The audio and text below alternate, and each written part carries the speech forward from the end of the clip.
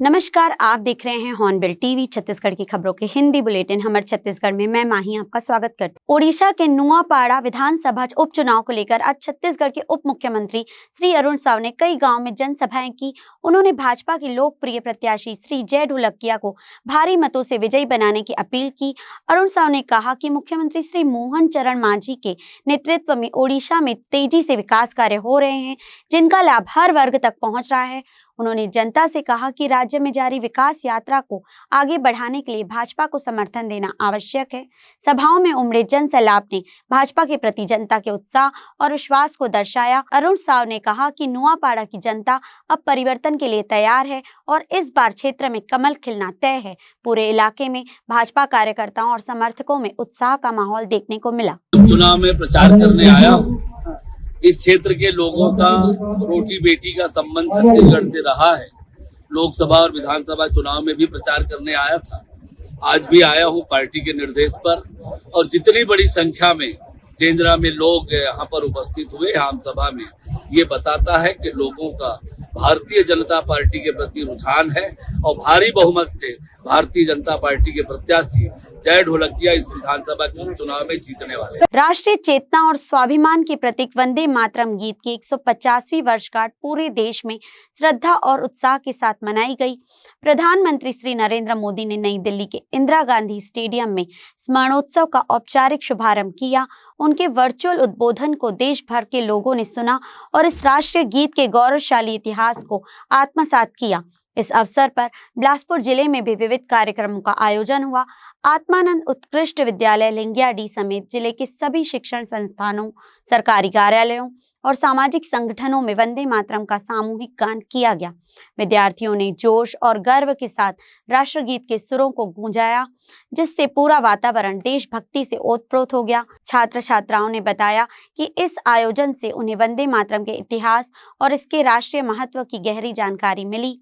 अटल बिहारी वाजपेयी विश्वविद्यालय सहित जिले के महाविद्यालयों और शैक्षणिक संस्थानों में भी कुलपति, शिक्षकों और विद्यार्थियों ने प्रधानमंत्री का संदेश सुना और सामूहिक रूप से वंदे मातरम गाकर राष्ट्रगीत की 150वीं वर्षगांठ को यादगार बनाया। भारत को आत्मनिर्भर बनाने और भारत को विकसित बनाने के इस मंत्र को जीने के लिए, 22 लक्ष्य को प्राप्त करने के लिए वंदे मातरम के मंत्र का अंगीकार करेंगे। मैं माननीय प्रधानमंत्री महोदय से निवेदन करूंगा, वे रिमोट का बटन दबाकर इस वेबसाइट का शुभारंभ कर।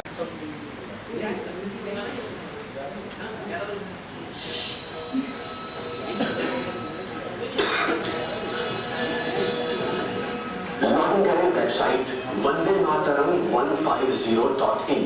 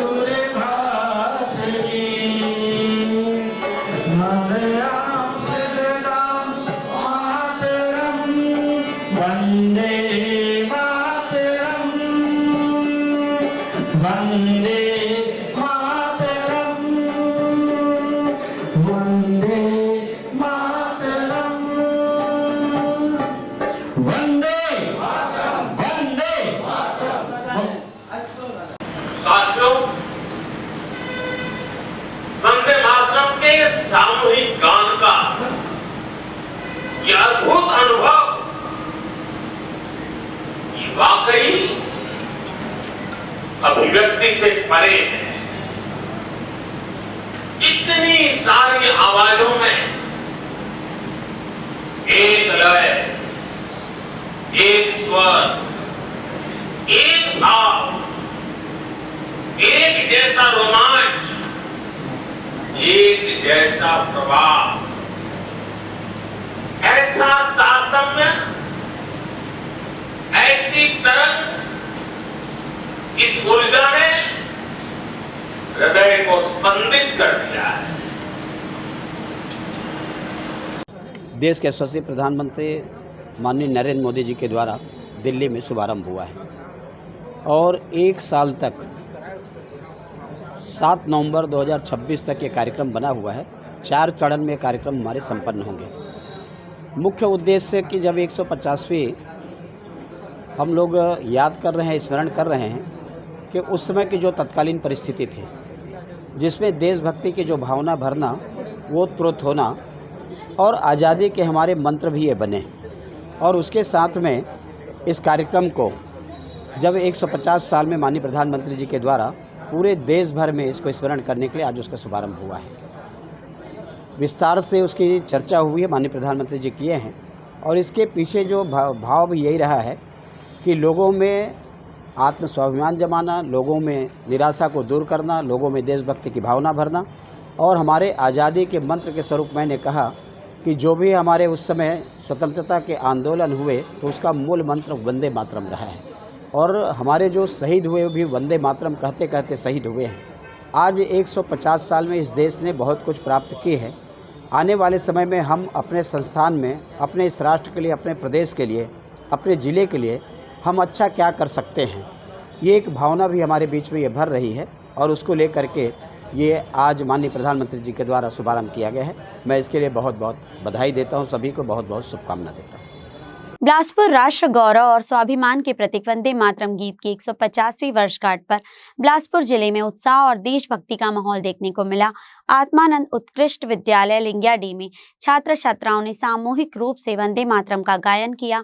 गीत के गूंजते सुरों के बीच पूरा विद्यालय देशभक्ति से सराबोर हो उठा और विद्यार्थियों ने प्रधानमंत्री श्री नरेंद्र मोदी के वर्चुअल संबोधन को ध्यानपूर्वक सुना और उनके संदेश को आत्मसात करने का संकल्प लिया। छात्रों ने कहा कि इस आयोजन से उन्हें वंदे मातरम के ऐतिहासिक महत्व की गहरी जानकारी मिली है। कैसे यह गीत देश के गौरव, अस्मिता, शक्ति और सम्मान का प्रतीक बना। छात्र छात्राओं सृष्टि, प्रवीण साहू और देव ने बताया कि यह दिन उनके लिए गर्व और प्रेरणा का क्षण है। लिंगियाडी स्कूल के साथ ही जिले के सभी विकास खंडों के शासकीय और निजी स्कूलों, महाविद्यालयों तथा विभिन्न शैक्षणिक संस्थानों ने वर्चुअली जुड़कर राष्ट्रगीत का सामूहिक गान किया। अटल बिहारी वाजपेयी विश्वविद्यालय में भी कुलपति, शिक्षक और विद्यार्थी एक साथ जुटे और प्रधानमंत्री के संदेश के साथ वंदे मातरम का गायन कर राष्ट्रगीत की 150वीं वर्षगांठ को यादगार बनाया। वंदे मातरम का मूल भाव क्या है? वंदे मातरम का मूल भाव है भारत मां भारती, भारत की शाश्वत संकल्पना, वो संकल्पना जिसने मानवता के प्रथम पहर से खुद को गढ़ना शुरू कर दिया। जिले की शिक्षा व्यवस्था एक बार फिर शर्मसार हुई है। मस्तूरी ब्लॉक के ग्राम निवारी स्थित शासकीय पूर्व प्राथमिक शाला के प्रधान पाठक हितेंद्र कुमार तिवारी शराब के नशे में धुत होकर स्कूल पहुंचे। नशे की हालत में वे खुद को संभाल भी नहीं पा रहे थे। बच्चे को पढ़ाने के बजाय जमीन पर गिर पड़े। छोटे छोटे बच्चे उन्हें उठाने की कोशिश करते दिखे। यह पूरा दृश्य एक ग्रामीण ने मोबाइल में कैद कर सोशल मीडिया पर वायरल कर दिया। ग्रामीणों ने बताया कि यह पहली बार नहीं है। प्रधान पाठक के खिलाफ पहले भी कई शिकायतें की जा चुकी है, लेकिन विभाग की ओर से कोई ठोस कार्यवाही नहीं की गई। अब ग्राम पंचायत निवारी के सरपंच प्रतिनिधि पिंटू सी ने ब्लॉक शिक्षा अधिकारी शिवराम टंडन से मिलकर लिखित शिकायत दी है। इस मामले में जिला शिक्षा अधिकारी विजय टांडे ने कहा, जिले में लगातार शराबी शिक्षकों की शिकायतें मिल रही है। अब तक 6 से 7 शिक्षकों पर कार्यवाही की जा चुकी है, लेकिन हालात में सुधार नहीं हुआ है। उन्होंने बताया कि ऐसे मामलों में अब कठोर कार्यवाही के लिए उच्च अधिकारियों को रिपोर्ट भेजी जा रही है।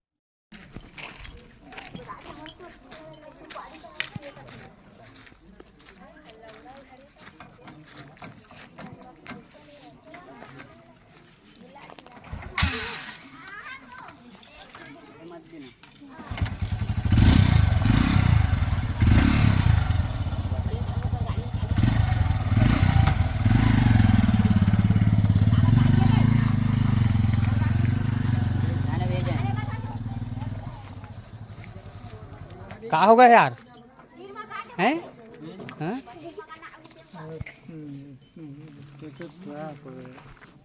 तबीयत खराब हो गया तो हम दारू पिए हैं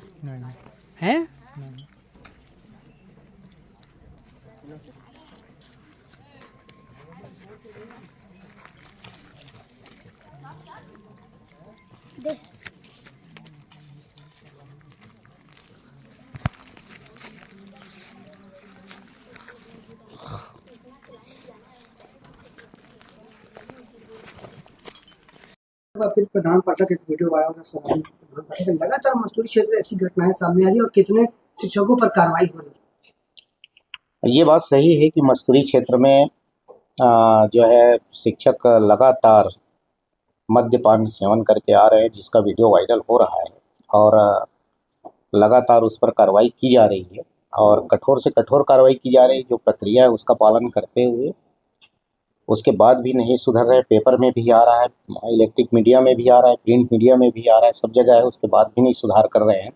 यानी ऐसा लगता है वहाँ के शिक्षकों को नौकरी की आवश्यकता नहीं है। ऐसा लगता है सभी शिक्षक का एक स्तर है, स्तर वाइज के हिसाब से अधिकारी भी नियुक्त है। सहायक शिक्षक हैं, जैसे किसान परिषद से एक शिक्षक का वायरल हो रहा है, वो भी उनका सस्पेंशन इस कार्यालय से होगा निश्चित है। इसी तरह से जिसको आप कह रहे हैं वहाँ पर मल्हार का है, पूर्व माध्यमिक शाला का, उनका प्रस्ताव हमने संबंधित अधिकारी को, जो संयुक्त संचालक हैं, सर के पास हमने भेज दिया है। कार्रवाई वहाँ से होगी। तो जिन बच्चों के हाथ में पुस्तक होनी चाहिए वो अपने प्रधान पाठक का हाथ पकड़ के उसके संभाल रहे हैं, कि इसका समाधान कैसे निकलेगा? ये सोचनीय विषय है, बहुत सोचनीय विषय है ये, और समाज को भी इसमें सोचना पड़ेगा, विभाग को सोचना पड़ेगा, प्रशासन को सोचना पड़ेगा कि इस तरह की जो गिरावट माने नैतिक पतन शिक्षकों में आ रही है, क्यों आ रही है, और इस पर लगातार विभाग के द्वारा मंथन भी किया जा रहा है कि कैसे इसको करें। इनको मुझे ऐसा लगता है कि आने वाले समय में इनका जो है मनोदशा को सुधारने का कुछ न कुछ प्रयास किया जाएगा। और ये उचित नहीं है कि इस तरह से हम विद्यालय पहुँचे। इससे अच्छा है, उनको मुझे लगता है नौकरी की आवश्यकता नहीं है, ऐसे शिक्षकों को शिक्षा तंत्र से ही बाहर कर देना चाहिए। सर, पूरे मामले में कितने शिक्षक को निलंबित करने की कार्रवाई की? अभी तो जो है 2 शिक्षक हैं, इसके पहले भी 3 शिक्षक को किया जा चुका है, एक शिक्षक और 6-7 शिक्षक हैं जिनको निलंबित किया जा चुका है, और आगे जैसा भी होगा निलंबित करेंगे और उससे भी कठोर कार्रवाई के लिए ऊपर के कार्यालय को लिखेंगे। बिलासपुर सिविल लाइन थाना क्षेत्र में मारपीट और जान से मारने की धमकी का मामला सामने आया है। प्रार्थी शिवम सिंह ने थाने में शिकायत दर्ज कराई है कि आरोपी आशुतोष केशरवानी, अंकुश तिवारी और उनके अन्य साथियों ने उस पर हमला किया और जान से मारने की धमकी दी। जानकारी के अनुसार शिवम सिंह अपने दोस्तों के साथ सरजू बगीचा के पास खड़ा था। इसी दौरान आरोपी शराब के नशे में गाड़ी लहराते हुए वहां पहुंचे।